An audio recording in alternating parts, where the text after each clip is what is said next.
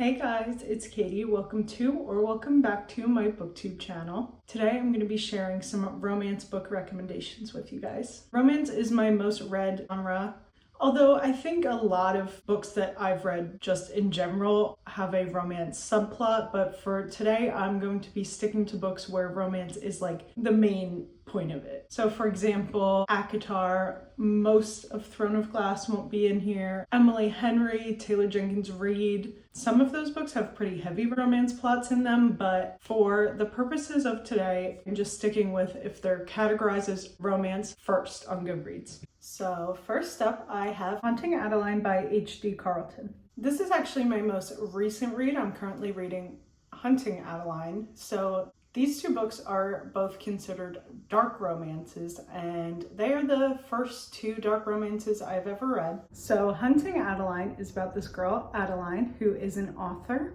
And one day, while she is at a book signing event for one of her own books, this man, Zaid, comes in and sees her, and he just falls in love from first sight. I think I'm making it sound a lot cuter than it's going to be. This is a pretty popular book, pretty controversial, because he ends up stalking her. So that's how they meet, is he stalks her. So this book is definitely not for everyone. It's not my favorite book that I've ever read, not even close to that, but it did entertain me, and I did rate it 3 stars. So if you're looking to step into dark romance, it's a pretty popular one. That's why I started with Haunting Adeline, because it's so popular, even if it's a little divisive. But yeah, if you want to get into it, I would definitely look at the trigger warnings, because especially the second book, it gets pretty dark.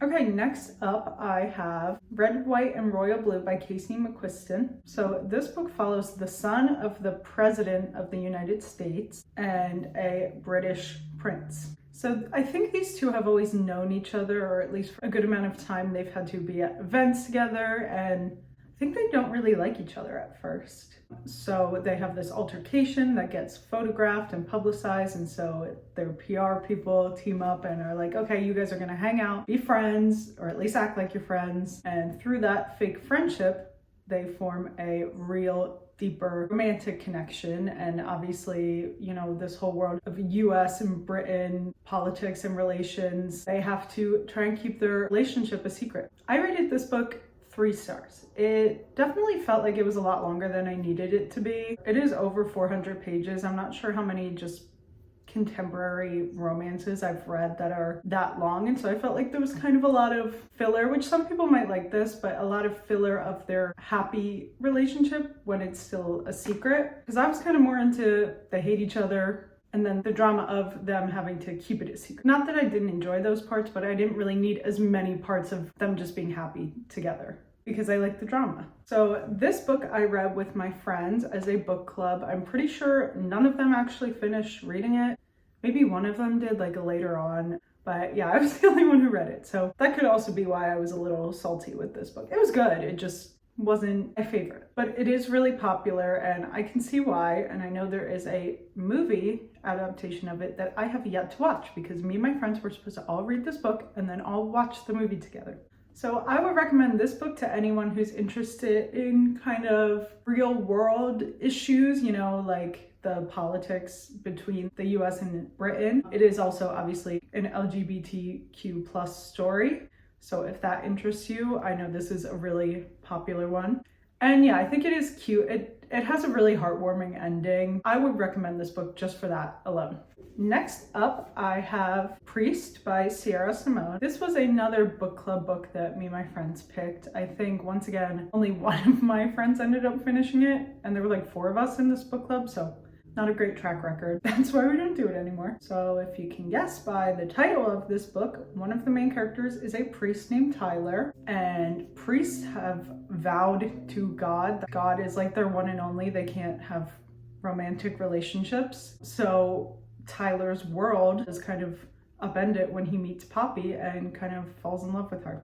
So this book I would not recommend to just anyone who likes romance. This is a little more of a mature story. It deals with obviously themes of religion, but it is a super easy read and it kept me entertained. There's a little bit of like suspense because, you know, he can't get caught with a woman or anyone, but he is with a woman, so there's some suspense in that.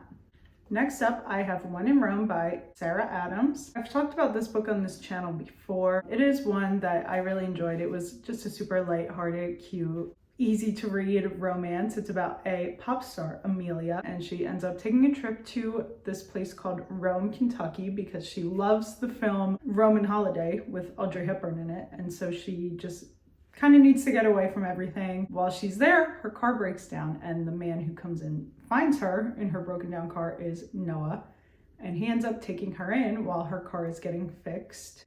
It's cute. It's like a small town vibe. There's like gossiping between the women in the town because they see this pop star here and they're like, is she with Noah? So it's like cute, classic small town rom-com type of book. So if you're into that kind of stuff and you haven't read this yet, I would definitely recommend it. So next up is another book that I've talked about on this channel, and that is Kilt Trip by Alexandra Kiley. This book follows Addie, our main character, who is a travel agent, and she is sent to Scotland to help a family-run tour company. There's this dad who's older that's in charge of the company, and he has some sons, and one of his sons is Logan. Logan is just very against this. He does not want anyone's help. He thinks they can do it on their own. And he is the son that has kind of been raised his whole life to be the one that is going to eventually take over the business when his father no longer can do it. So he has a lot of pressure on his shoulders with this, and is just very against getting any sort of outside help. But against his wishes, Addie comes in and tries to help them, and they are very standoffish at first, but she's here to do her job whether Logan likes it or not. And while all of this is happening, Scotland is actually a very emotional place for Addie because her mother, who has passed away, visited Scotland one time. So she has all these pictures of her mom in Scotland and kind of wants to go back to these sites that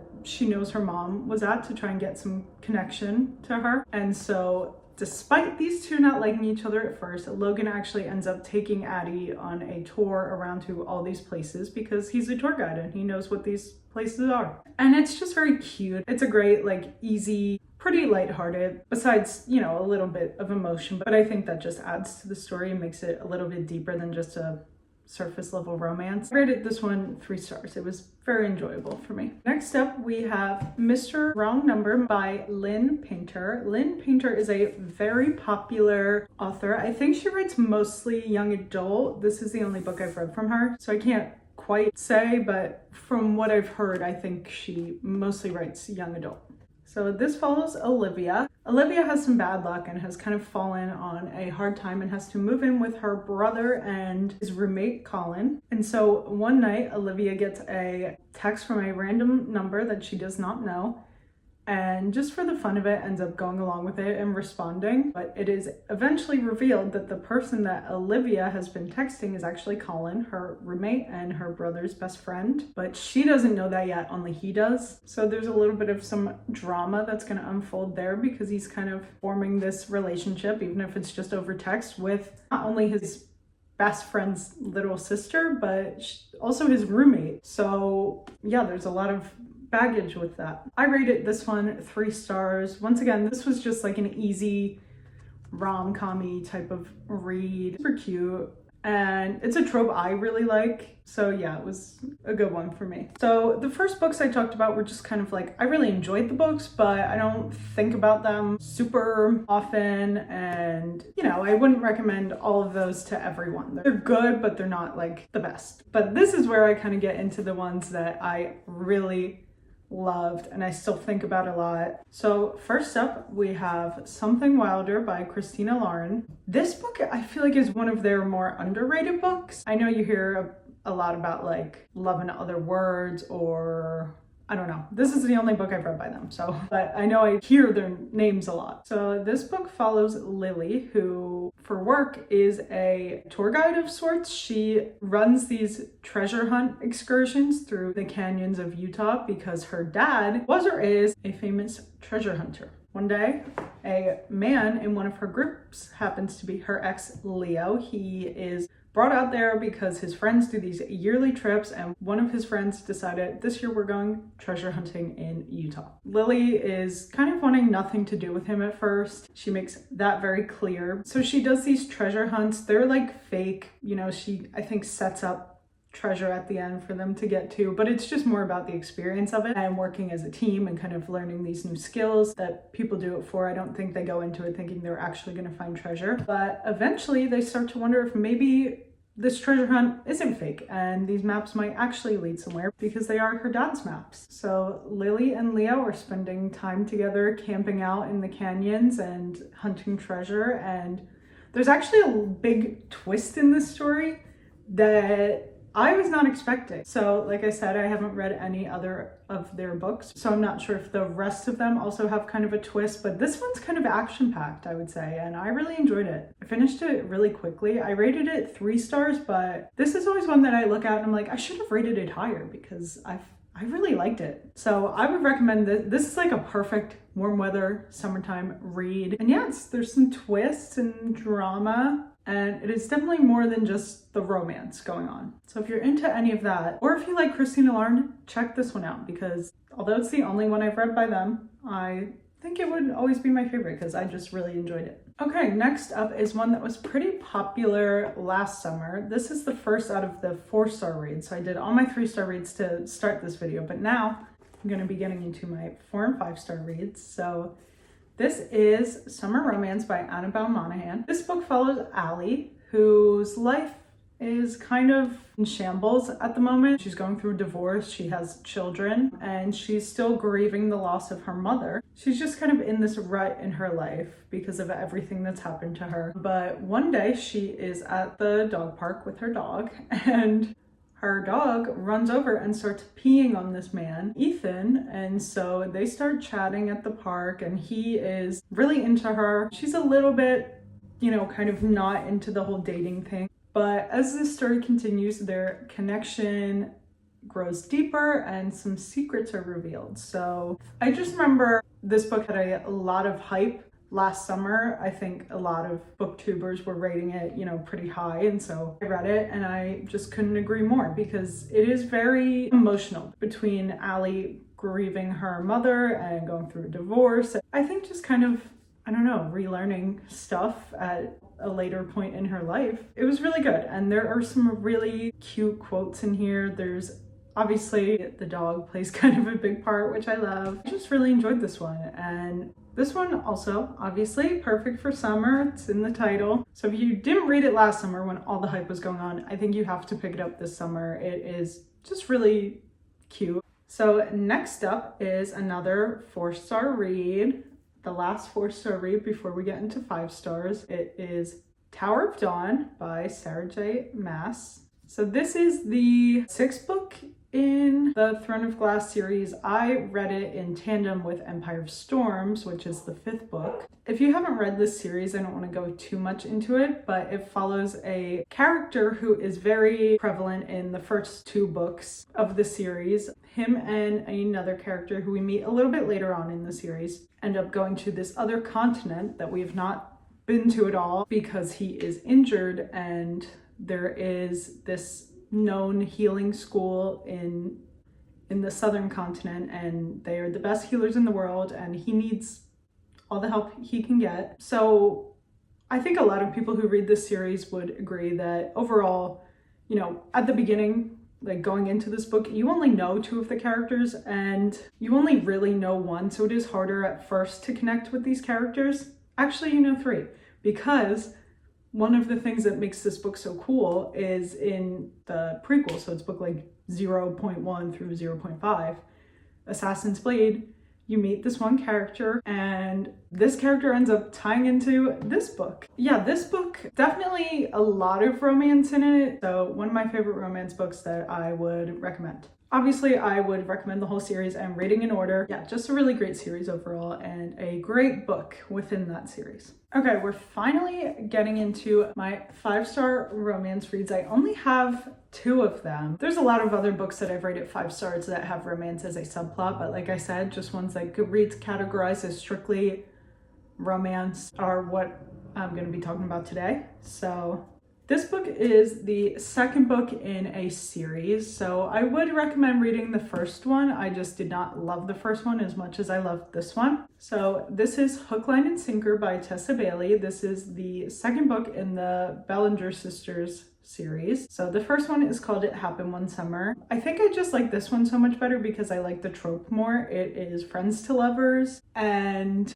I think the first one's like enemies to lovers, and I love friends to lovers more. I know everyone's all into the enemies to lovers, but friends to lovers is always gonna have a place in my heart, and I just love it. So this follows Hannah, who is visiting a town that her sister lives in from the first book for work, and so she is crashing at her sister's love interest's friend's apartment, and she has a crush on one of her coworkers, and so she asks her roommate and friend Fox for some tips on how to catch this coworker's eye, because Fox is kind of a known player and gets a lot of girls, and so, you know, who better to ask than him? But eventually she kind of begins developing romantic feelings for him, and, you know, she doesn't want to be just another girl that he's with and dumps, and at the same time he is also secretly developing the same feelings for her, but he is worried. He knows his own reputation and how that looks, and has to kind of work and show that he can be a good partner for her. And yeah, I just thought it was really cute. I appreciate that it was like a world I already knew, characters I already knew, and like I said, friends to lovers, one of my favorite tropes. So if you like friends to lovers and you haven't read this yet, read it. And she also has a really cool job. She makes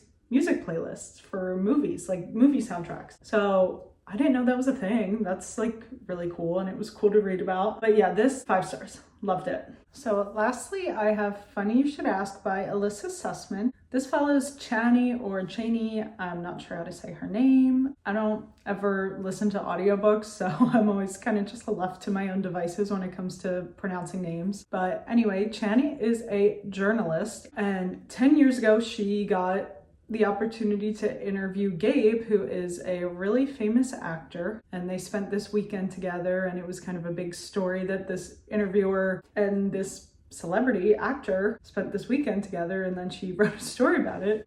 Now, 10 years later, after the release of that story, she is still to this day being asked about it all the time, and his team requests for her to interview him again because it did so well the first time, but she wants to say no. I think there's some resentment left from their first interview, but she ends up taking it, and once again they have to spend this weekend together while she interviews him and makes a story out of it. If you're someone who's into the celebrity types of books, like if you like Taylor Jenkins Reid, this was like right up my alley. So if you're into that type of stuff, you'll definitely be into this. This is also cute little romance, and it is dual timeline, so that always, I feel like, makes me read a book faster because it's always hinting at something in the one timeline that you have to get through the other timeline to know about. So I feel like that just makes me like, what happened? You know, you want to know what happened during the first weekend they spent together that makes her resent him. So this is probably my favorite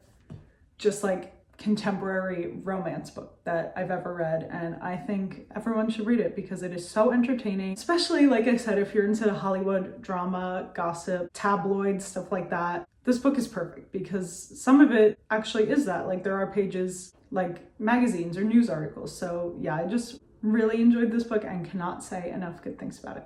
So that wraps up my top 11 romance books that I've ever read. Overall, I really enjoyed all of these, and depending on what you're into, I think you could definitely really enjoy them too. So I hope you got some inspiration maybe. If you have any romance recommendations for me, please let me know in the comments below, or if you've read any of these, let me know what you thought about them. And don't forget to like and subscribe, and thank you so much for watching. Bye!